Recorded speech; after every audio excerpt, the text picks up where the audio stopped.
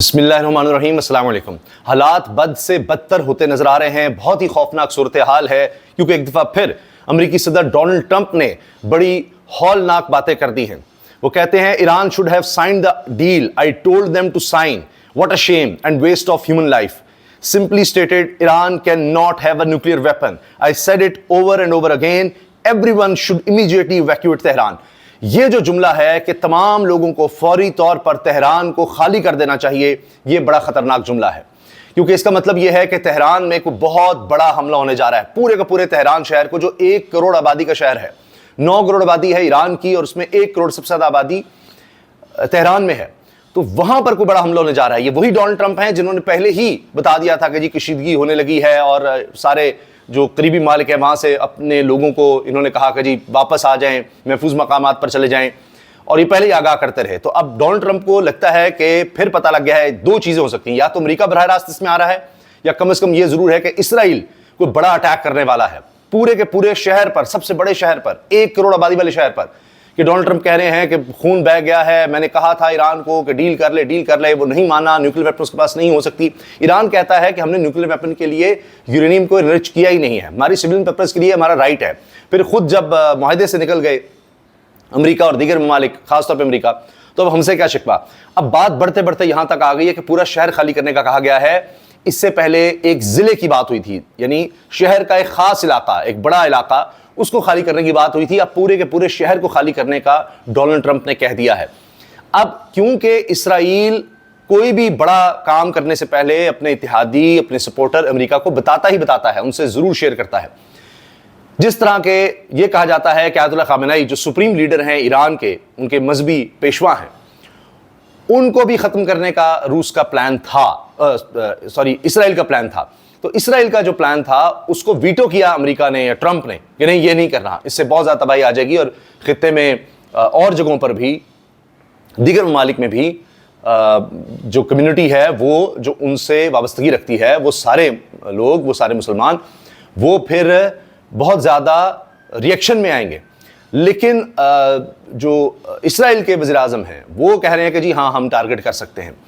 लेकिन इससे उनका ख्याल है कि जी जंग खत्म हो जाएगी, लेकिन जंग इससे फैल भी सकती है और ईरान मजीद, या ईरानी अवाम मजीद इकट्ठे हो सकते हैं। तो इसराइल का ख्याल है कि जी शायद इससे इंतशार हो जाएगा और लोग खिलाफ हो जाएंगे और हुकूमत का तख्ता उलट देंगे। ये शायद इसराइल तब करे जब उसको लगे कि ईरानी कौम बड़ी तादाद में खड़ी हो गई है, यानी इन्हीं के खिलाफ, जो मौजूदा हुकूमत है उसके खिलाफ, तो फिर वो शायद ये टारगेट करें आयतुल्लाह खामेनेई को कि जी आसान हो जाए, ये रास्ते से हटा दिए जाएं और कोई और हुकूमत पर कब्जा कर ले, फिर तो है। लेकिन अगर अभी किया गया तो इससे तो ईरानी और ज़्यादा यूनाइटेड हो जाएंगे। इसके अलावा डोनाल्ड ट्रंप ने कहा है कि publicly speaking, President Emmanuel Macron of France mistakenly said that I left the G7 summit in Canada to go back to DC to work on a ceasefire between Israel and Iran. Wrong. He has no idea why I am now on my way to Washington. ये कहते जी France के सदर ने गलती से कह दिया, उनको पता ही नहीं कि मैं क्यों G7 का समिट कनाडा से छोड़कर वापस अमेरिका आया हूँ। उन्होंने कह दिया फ्रांसीसी सदर ने कि मैं सीज फायर करवाने के लिए वापस आया हूँ। ऐसा नहीं है, वो गलत कह रहा है। But it certainly has nothing to do with the ceasefire. वो कह रहे हैं कि सीज फायर कोई नहीं करवाने आया मैं अमेरिका, ईरान और इसराइल में। मच बिगर देन दैट, इससे बहुत बड़ी कोई चीज़ है। वेदर पर्पसली और not, Emmanuel always gets it wrong, stay tuned. वो कह रहे हैं कि हमेशा फ्रांसीसी सदर गलत बात कर देते हैं, तो आप साथ रहें। यानी ये कोई अमन के लिए या मैं ईरान और इसराइल के दरमियान पीस डील के लिए नहीं वापस आया अमेरिका, इससे कुछ बहुत बड़ा होने जा रहा है। और फिर साथ ये बात भी देख लीजिए कि पूरा तेहरान खाली करने का कह दिया गया है। तो ये सूरत हाल बहुत बहुत बहुत ज़्यादा बिगड़ती दिखाई दे रही है, खौफनाक होती चली जा रही है। ईरान जो मिसाइल फायर कर रहा है, उनमें ऐसे मिसाइल भी हैं जिन पर आयात कुरानी लिखी हुई हैं। ये उनकी तस्वीर और वीडियो सामने आ रही हैं। फिर ईरान का जदीद ड्रोन्स इस्तेमाल करने का ऐलान, इसराइली दिफाई निज़ाम के लिए बड़ा चैलेंज।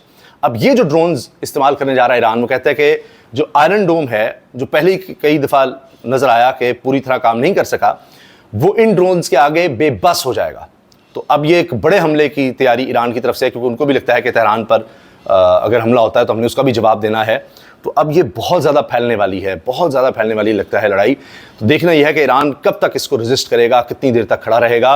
जितना अरसा ईरान रेजिस्टेंस दिखाएगा, उतना ही इसराइल के लिए मुश्किल और इसराइल के इत्तेहादियों के लिए, अमेरिका के लिए मुश्किल होती चली जाएगी। ईरान का इसराइल पर मिसाइल और ड्रोन से तबाहकुन हमला, हीफा रिफाइनरी बंद, 3 मुलाजमिन हलाक। अब ये बहुत बड़ा हमला करार दिया जा रहा है कि कहकर बताकर ईरान ने बिल्कुल उसी जगह हमला किया जहां कहा था ये हीफा की रिफाइनरी थी। जिस तरह ईरान की रिफाइनरी को निशाना बनाया गया, जवाब में इसराइल की रिफाइनरी को ईरान ने निशाना बना दिया। तो जवाब मुसलसल ईरान दे रहा है और उसकी सलाहियत अब तक नहीं खत्म हुई। ये ख्याल था कि अच्छा अब उनके मिसाइल खत्म हो जाएंगे, मिसाइल खत्म हो जाएंगे, तो अब वो ड्रोन्स की तरफ आ गए हैं। मिसाइल के साथ साथ ड्रोन्स पर भी अब वो इन्हिसार कर रहे हैं और कह रहे हैं कोई खास जदीद ड्रोन है जो सरप्राइज होगा इसराइल के लिए। ट्रंप ने अपनी टीम को ईरानी हुकाम से फौरी मुलाकात करने का कह दिया। ये भी एक बड़ी खबर आई है।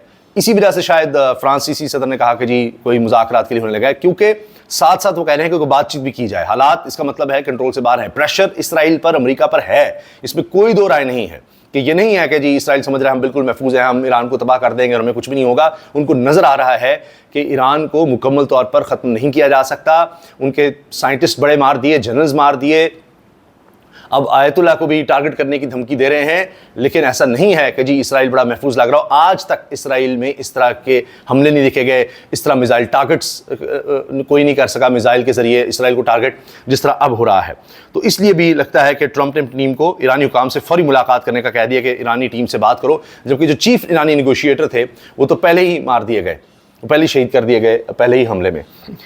बड़े हमले का ऐलान, ईरान का इसराइली शहरियों को तलबीब खाली करने की फौरी हिदायत। अब आप देखें, इधर ईरान के शहर को कहा जा रहा है सबसे बड़े शहर को खाली कर दो, उधर ईरान की तरफ से कहा जा रहा है इसराइल का सबसे बड़ा शहर खाली कर दिया जाए। तो अगर हम पर हमला होगा हम भी उसी तरह का जवाब फिर देंगे।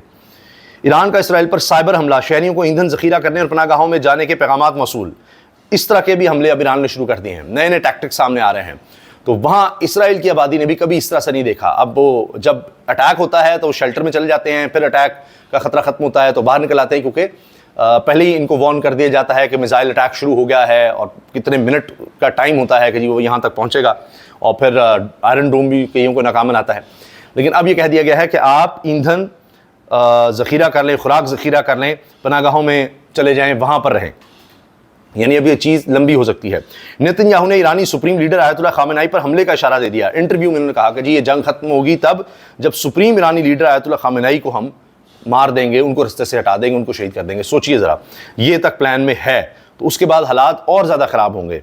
ये डेस्परेशन भी शो करता है कि इसराइल अब यह है कि हम उस हद तक भी जा सकते हैं। इससे पहले तो मैंने आपको बताया कि इनका प्लान था, लेकिन ट्रंप ने मना कर दिया कि इससे हालात बहुत ज़्यादा ख़राब हो जाएंगे, खित्ते में एक और नई जंग फैल जाएगी।